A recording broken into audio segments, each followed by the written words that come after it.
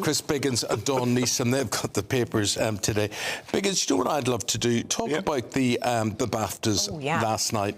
Well, there's a lot there, and then it ends up that only like one or two films sort of are in the awards cut through. I know, it's disgraceful. I mean, for instance, you know... Is it disgraceful or is it worthy? No, I think it's... No, I think... Because, for instance, Barbie, which, whatever you may think about Barbie, and I know you want your...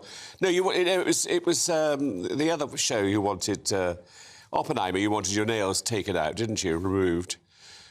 You said earlier. I just don't know what all the fuss is about, really. Well, I really enjoyed it. I thought it was 20 minutes too long, like most films are nowadays. Yes. But Barbie I really enjoyed. And Margot Robbie, who, you know, is laughing on the other side of her face because she's earned millions and millions and millions and millions and millions of pounds from it because it's been so successful.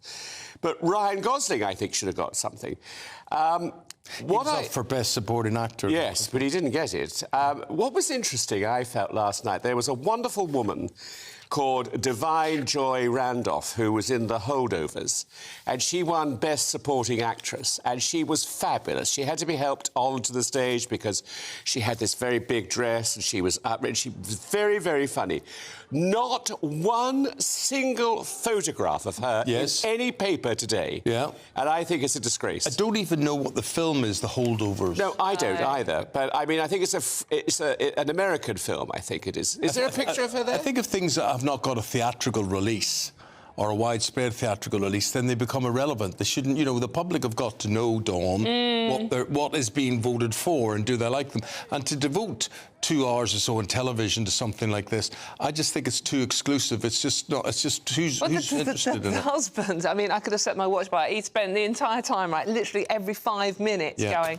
Oh, get over yourselves. And it was like literally that, because it was, oh, my God, darling, you're wonderful. And thank you, Mummy, for giving birth to me. I know, God, right, yeah. And it's like, but I mean, that's, you know, that's the cliche about award shows, but it just felt a bit, and, you know, Biggins is right, they never give them to films that people actually go and see. But Oppenheimer, but I mean, but the Barbie film, it's one of the most globally successful films ever. Yeah, I think there's a debate in this. I'd be interested to know, because there is the role of the critic to reflect what's popular, or is the role of the critic to look for what's, you know, incredibly... But it's not the role of... Who screened it last night, ITV or BBC? BBC. Right, well, it's not their role to screen 2 hours of critics getting off on each other, really. You could say that about food critics, you did it about theatre critics. Well, I will say it about them all. To say, you know, we like McDonald's, therefore it should get a Michelin star or whatever. There's a role for critics, and they're often a bit... It is all a bit box-ticking, though, isn't it? I mean, you know, the thing with the Barbie, and then we've got the Oscars coming up, I mean, and you know, it's a feminist movie. It's not, by the way, but it is a feminist movie, billed as a feminist movie. The only person up for a nod is the only bloke in it. No. Well, I'll tell you this, it's an interesting thing, Dawn. I'd be interested in your opinion on this. And you mentioned your husband there. I would be exactly the same, flick the channel, whatever.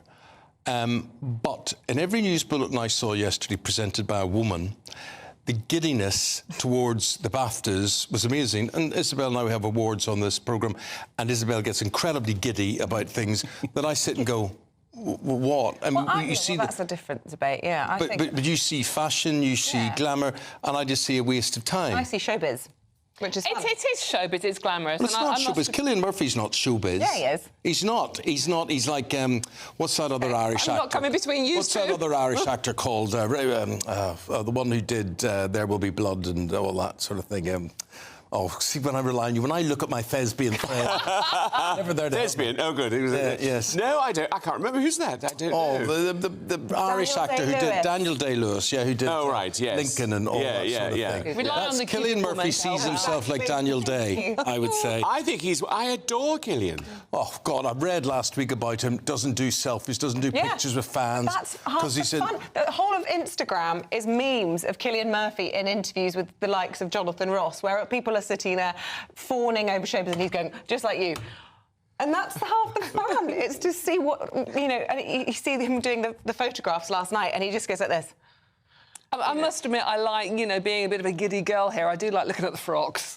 Yes. I mean, I don't know. Does Eamonn. He's pretending if he doesn't. He's already like given me all his opinions on the dresses this morning. I don't know what Emily Stone was wearing, though. I mean... A peach one-shoulder top. No, I'm more interested that there would be good films instead of dreary, depressing, Robert De Niro, Killers of the Flower Moon, dreary, depressing, everything. I don't know what The Holdovers is or was. I do know Napoleon was a serious work by Ridley Scott, and he did it superbly well. Joaquin Phoenix acted the part of Napoleon extremely well. Have you seen that? Wonderful film. I think it's a great film. Wonderful. Not a mention there anywhere.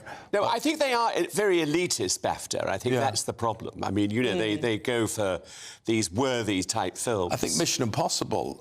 Brilliant. Tom Cruise, definitely, you Brilliant. cannot It's never deny. going to win anything. It's never going to win anything. Films that people come watch never win things. We've only got 2 minutes, and I just want to reflect this next story because we did mention it a little bit earlier on in our tease, and this is about this awful story. The Nottingham stabbing victims' families have discovered that the WhatsApp messages between the police were revealing details. The graphic details of their... injuries. Was this for entertainment, was it? Yeah. Well, their entertainment, I suppose, Yeah, yes. yeah. Absolutely disgraceful. Well, look, we all understand that there is black humour. When you do some jobs, I mean, to a certain extent, working on newspapers and covering some of the horrible things you have to cover, there is black humour involved. And it wouldn't translate if someone came into that and thought, well, this is completely wrong, what you're saying, what you're joking about. However, this isn't black humour. Yeah. This is just appalling. I mean, you know, those 2 students and that poor caretaker, the injury. I mean, it just doesn't bear thinking about that they think this is an accept. And one of it sent it to his wife. It's like, hey, look at this. It's like us talking about frocks, Isabel. Look at this dress, Isabel. I mean, it's like, look at this murder victim. I mean... But also they've done sexual things with women, haven't they? Yeah. They've been showing those on... Talking about doing sexual things... with women, though. Where's he going with this one? To Philip Schofield, Oh, who's paid a of course. Well, why six-figure wouldn't sum to his former lover. Now, if he didn't do anything wrong or whatever, why would he pay a six-figure sum, which could be 100,000 to 999,000 pounds? Well, this is obviously to try and make the story... I mean, the story had gone away to a certain extent. It's come out now with the revelation over the weekend that a non-disclosure agreement was signed by both Philip Schofield and Person X, as we are calling the Schofield's young friend. And it was, but basically, it was to cover the legal costs and to not talk about it anymore. OK, thank you, guys. So there we are. Everybody's banned from talking about that. Right, we'll see these guys again in about 40 minutes' time. We're going to see the weather now from Marco.